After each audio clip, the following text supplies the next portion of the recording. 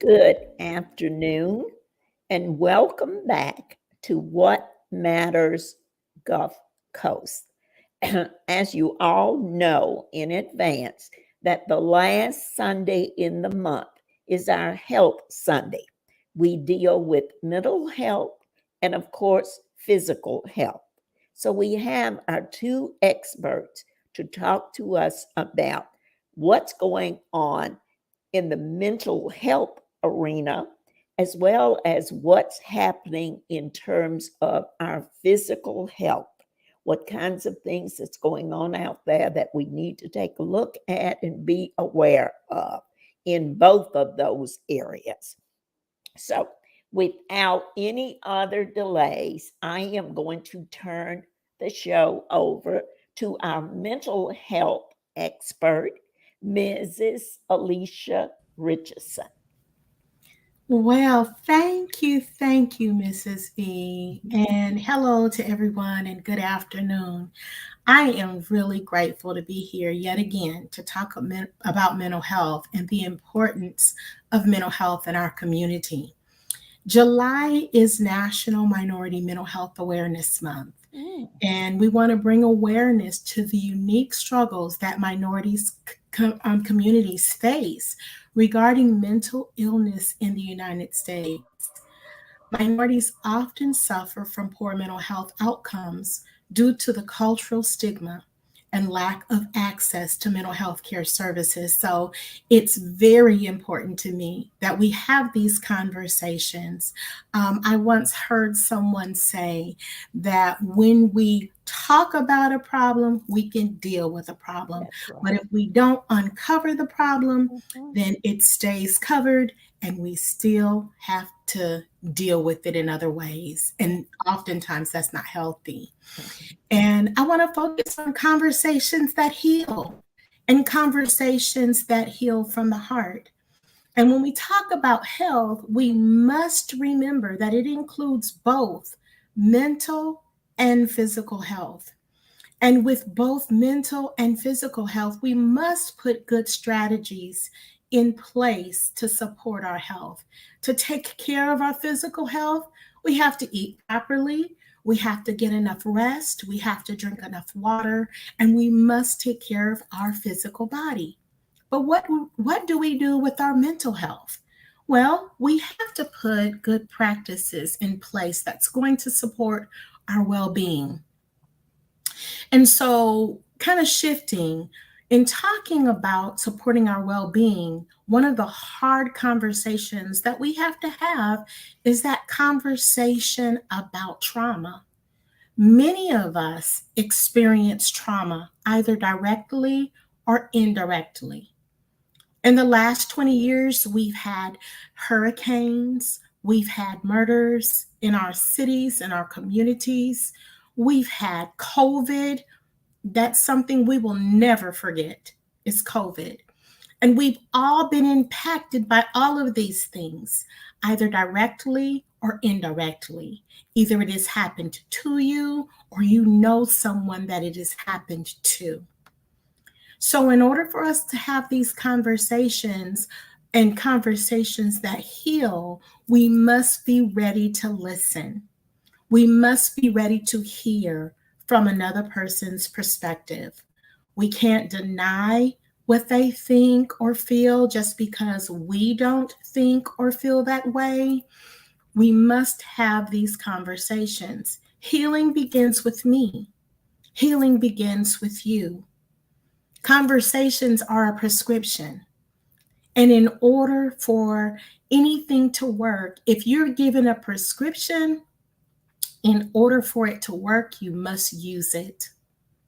And I say that mental health support does work, and it is a prescription. It must be applied, it is effective. We must talk. One of the challenges that's happening with our young people are this conversation about social and emotional learning and how social and emotional learning is under attack. But one of the things I stand on is that our young people learn how to socialize by the models that are set before them. They watch us, And as a result of what they see and what they hear, they do. Emotionally, we do the same. We teach them by our actions. So, in order for us to heal from our past experiences, we must have conversations and we must be willing to listen. And when we do this, we teach our young people that it is okay to talk about what they're thinking and they're feeling, and we provide support for them so that mental wellness becomes their way of being. Now, when I talk about trauma, I want to give you the definition of trauma because I kind of went through that really quickly. Trauma is a person's emotional response to a distressing experience. Few people can go through life without encountering some kind of trauma. And so when we think about the things that we are experiencing in our community today, when we think about the things that we have experienced in our past, we must recognize that there is going to be some repercussions from those experiences. How do we manage those experiences? How do we react to those experiences? Do we react in a way that is healthy, or do we react in a way that is not healthy? So, I guess my encouragement today is to keep this concept of mental health before you, to talk about well-being, to talk about our wellness, to talk about the importance of talking about things that are important to us, whether other people understand them or agree with them. And so I leave you with this today in support of the next generation, in support of our children. It is important that we learn to have this conversation so that we can model what the conversation looks like, and our young children will learn to have conversations about what they think and feel. So that's what I have to share with you today. And I just want to thank you for the time. And I thank you, Miss Fee and Miss Susan, for giving me this opportunity.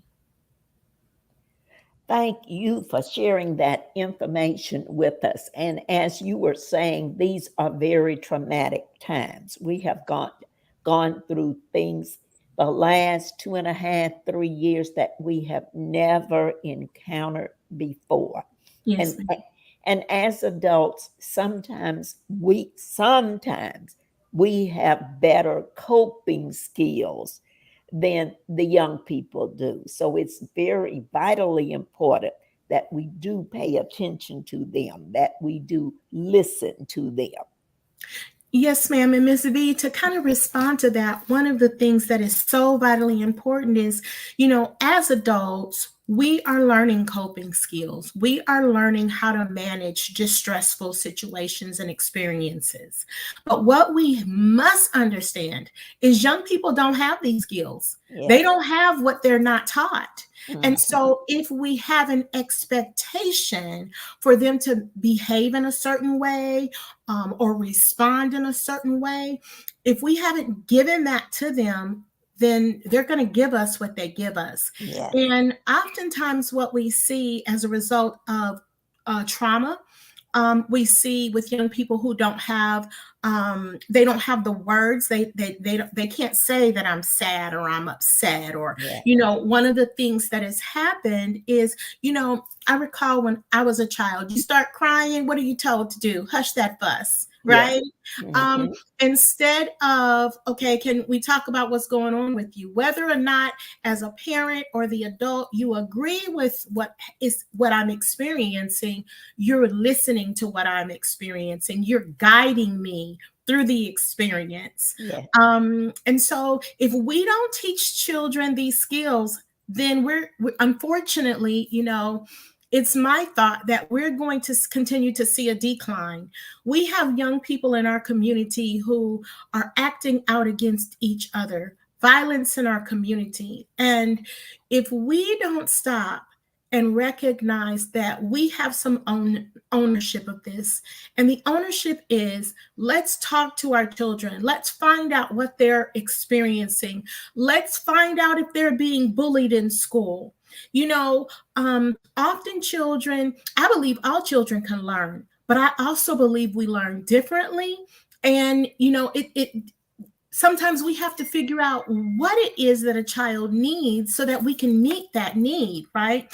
And so what happens is a child goes to school, a child might be bullied, a child doesn't have the words or the language to say, you know what, I need support, and that child feels bad. Either that child does self-harm or that child acts out in school. The child acts out in school and the grades are poor, and it just goes downhill from there. Mhm. If we take out the time to listen to our children, if we take out the time to monitor their behavior, and when they are behaving in a way that we are not necessarily approving of, let's stop and let's evaluate the situation. Let's ask what's going on. Yeah. Let's give an ear so that our children feel comfortable enough to say what's going on. And let's listen to them. Whether we agree with what's going on or not, we become a listening ear that they can trust. You are a trusting adult that they can share what they're experiencing, and you can guide them. You can give them information to help them handle. And so what you're doing is you're putting tools in their toolbox so that as they grow up, as they become adults, when they encounter these difficult situations in life, they can go in and they can pull something out. They can pull out a listening ear for someone. They can pull out, maybe I need to take a walk because right now I'm feeling a little anxious in my body. I'm a little upset right now. And Yeah. instead of me lashing out or acting out, I'm going to do some physical exercise. Or maybe I need to go in a room and I need to put some headphones on and I need to just sit and take deep breaths. Coping skills come in different fashions. Mhm. And so we individually have to find out what works for us. Mhm. I know I call myself a water baby. I can go sit by the water Yes. and I am happy. That doesn't Mhm. work for everyone. No. Someone else says, I can't stand going to the beach. Mhm. And we have to respect those differences Yes. and Yes. help people identify what works for you. Mhm. Because if I can help you identify something that helps you be calm, you can experience life, you can experience the difficulties of life, but yet you have the tools that you need to get through those difficult situations. Mhm. Uh, Very good. Excellent information. Excellent information. And when you mentioned being a water baby, it made me think about the time I was going through a very, very traumatic divorce. It was a very Mhm. ugly divorce. And Yes. sometimes I would get up in the middle of the night. Of course, this was some years back, and it wasn't quite as dangerous as it is now for a woman to be going out in the middle of the night.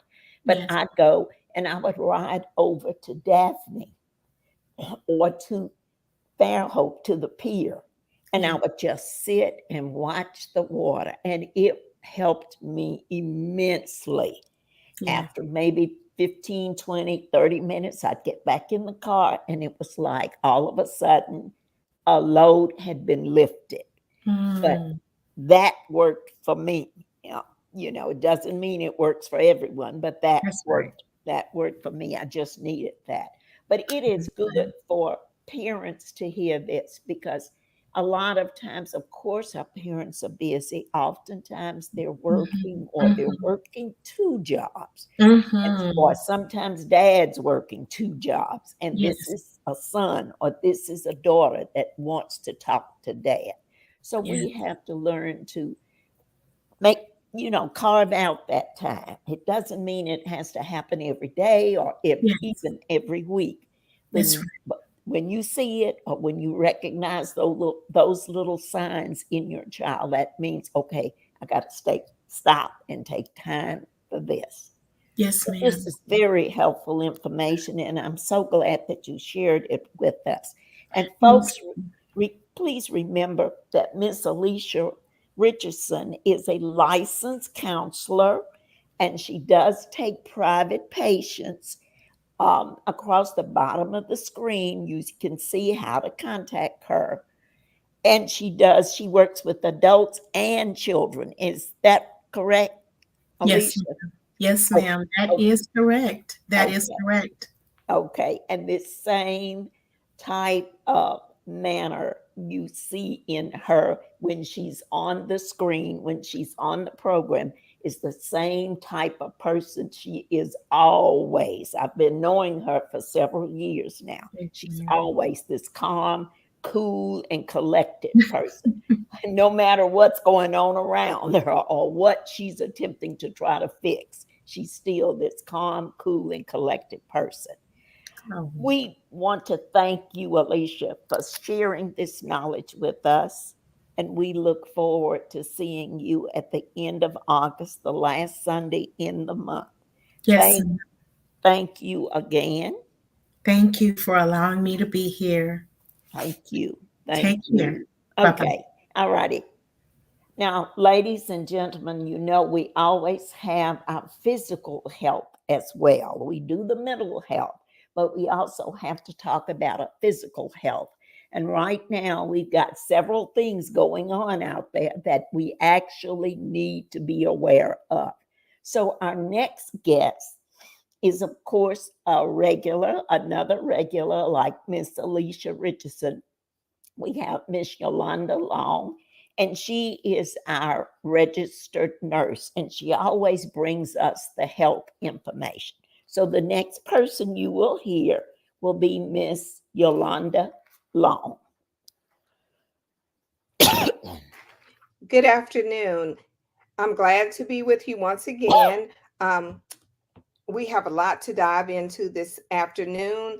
The main thing I want to talk about is gun violence. Gun violence, even though it's a political issue, not only is it a political issue and a mental health issue, it's also a health issue. We have massive amounts of gun violence going on in our cities, not just talking about school violence, locally in the community, statewide, and nationally. And so we have to do something to eradicate, I was going to say curtail, but really eradicate gun violence. So I know it's a health segment, but make sure you're contacting your senators, your representatives, and your civic and community leaders to get ahead of this. We need to rein this in, get a hold on it. It's too many killings going on, and we want to stay vigilant and we want to stay on top of the issues that are affecting us in our communities. Another issue I would like to talk about is back to school.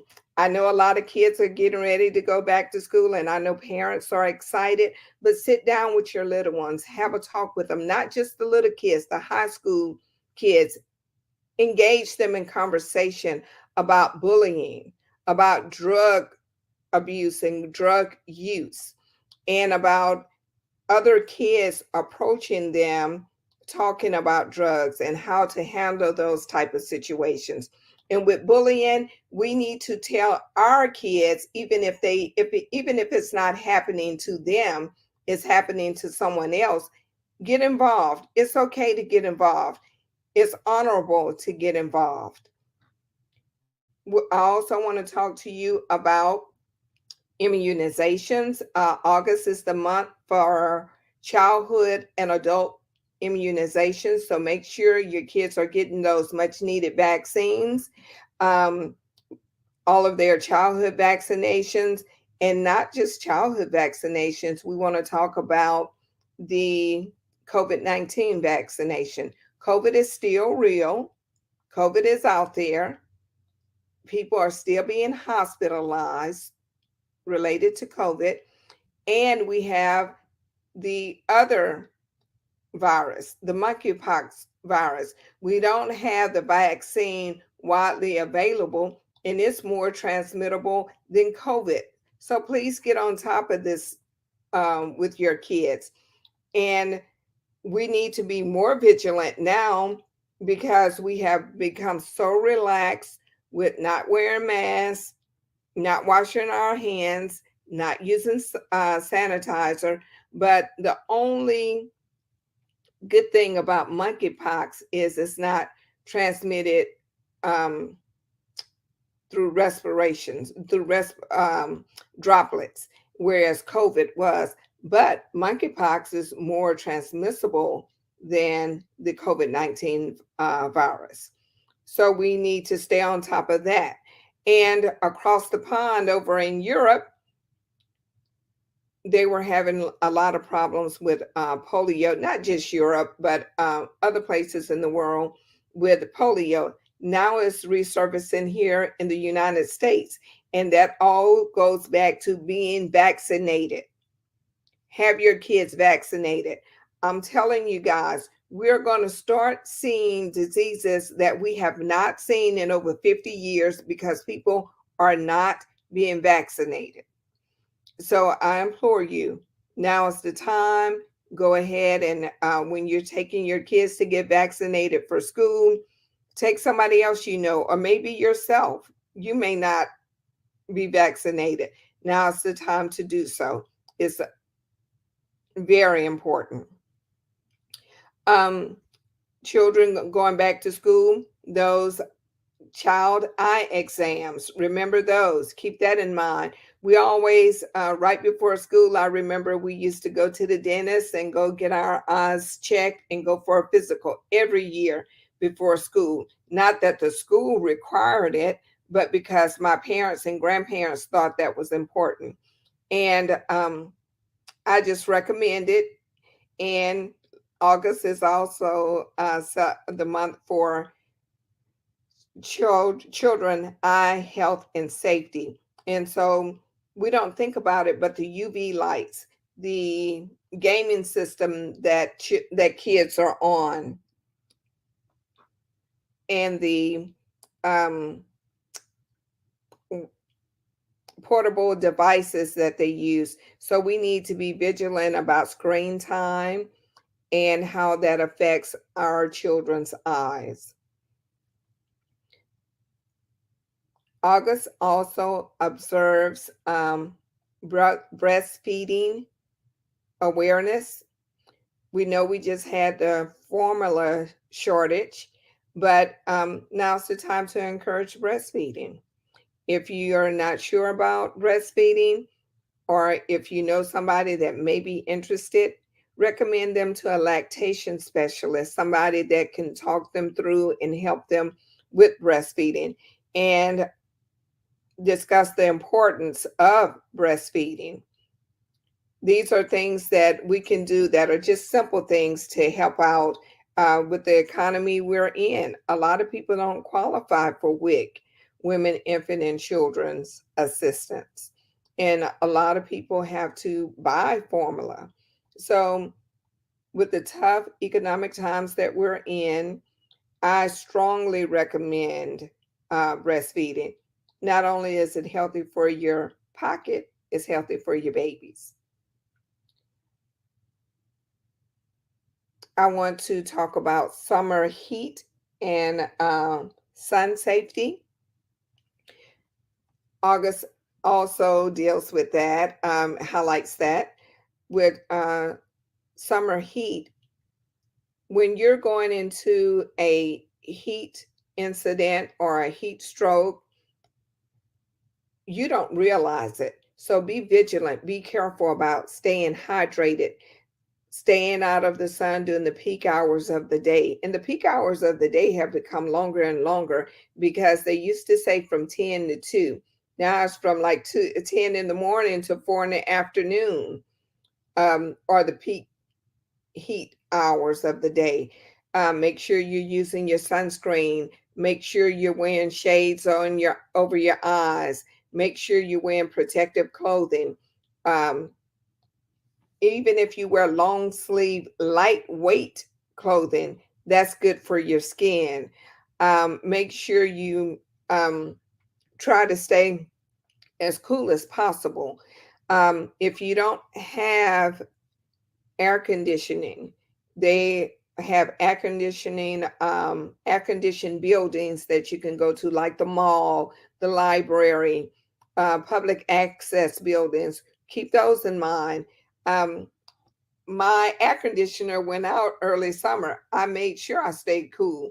I went and walked around in the mall or used my public access areas.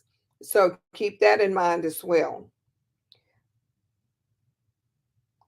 August also highlights Lung Cancer Awareness Day. To those people that smoke, encourage them. That's all we can do, encourage them. If you smoke, I encourage you to get into a smoking cessation program. I also encourage you to talk with your doctor about programs that can help you stop smoking. And when we talk about lung cancer, we all most of the time think about smoking, but lung cancer can be in relation to other things such as um, mesothelioma and chronic obstructive pulmonary disease. All of these things are working in environments where they have had asbestosis or other toxic materials. It's just not related to smoking. So if you work somewhere where you're exposed to a lot of carcinogenic agents, make sure you're talking to your physician about those environmental hazards that you may be come in contact with. It's also International Youth Day will be celebrated in August, and that's all things related to children, their mental health, their physical health, their emotional health, and behavioral health. And so we want to look at the whole child. We want to look at the family dynamics and how they're interacting with family members, with their community in school. August also highlights International Overdose Awareness Day. And like I talked about at the beginning of this segment, children and them being exposed to drugs so much earlier, we have to rein this in because with the opioid epidemic and just children experimenting with marijuana, uh, even smoking is addictive. Alcohol is addictive, and you can die of alcohol poisoning.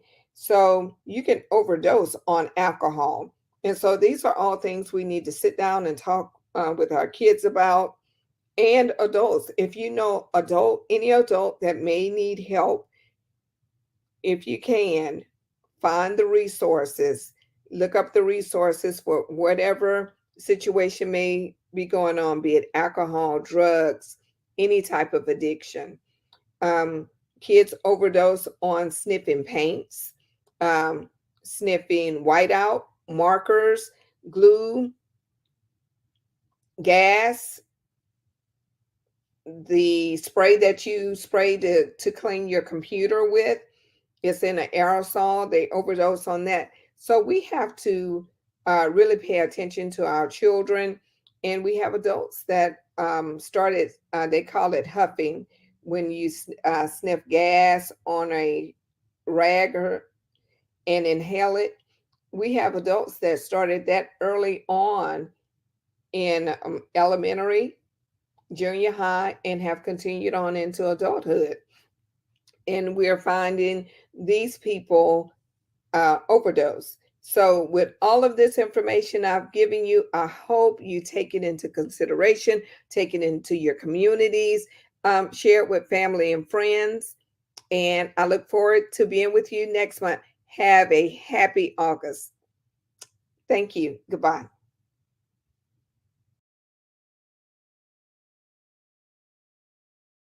But she's our resident RN and she brings us the health updates. We want to thank you for spending this time with us. We try our best to bring you helpful and information each and every Sunday. Please join us again next Sunday next Sunday at 4 o'clock on this particular station or Facebook or YouTube. And we will see you again next week. Thank you.